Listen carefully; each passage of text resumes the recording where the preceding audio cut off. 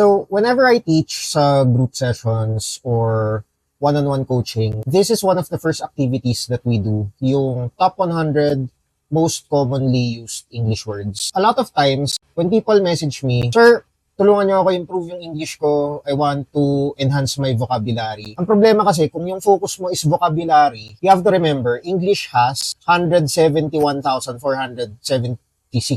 English words. And dumadagdag pa yan.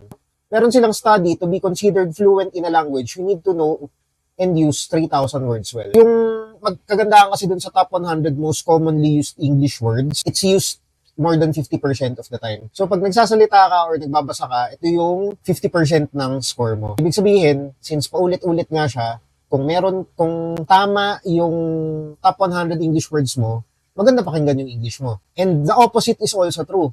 Kung meron kang mali dun sa top 100 na English words, paulit-ulit din yung mali mo. Ito yung main na focus ko. Papakita ko lang sa'yo saglit, tapos basahin natin siya together. So, meron akong mga explanation, short explanation, pero ito lang siya. So, pag pinapabasa ko to, usually 1 to 10, 11 to 20, and so on, hanggang umabot tayo ng 100.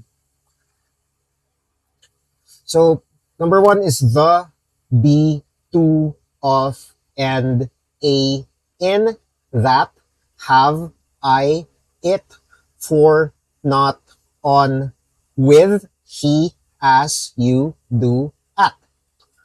So, from 21, it's this, but, his, by, from, they, we, say, her, she, or, an, will, my, one, all, would, their, what. Okay, kita nyo? Next. So, up, out, if, about, who, get, which, go, me, when, make, can, like, time, no, just, him, no, take. And then it's people, into, year, your, good, some, could, them, see, other, than, then, now, look, only, come, it's, over, think, also.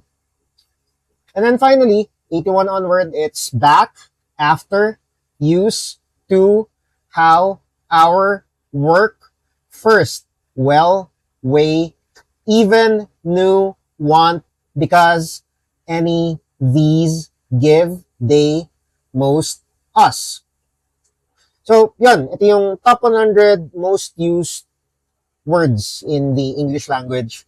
So, pag pronunciation, ito yung pinapractice namin together.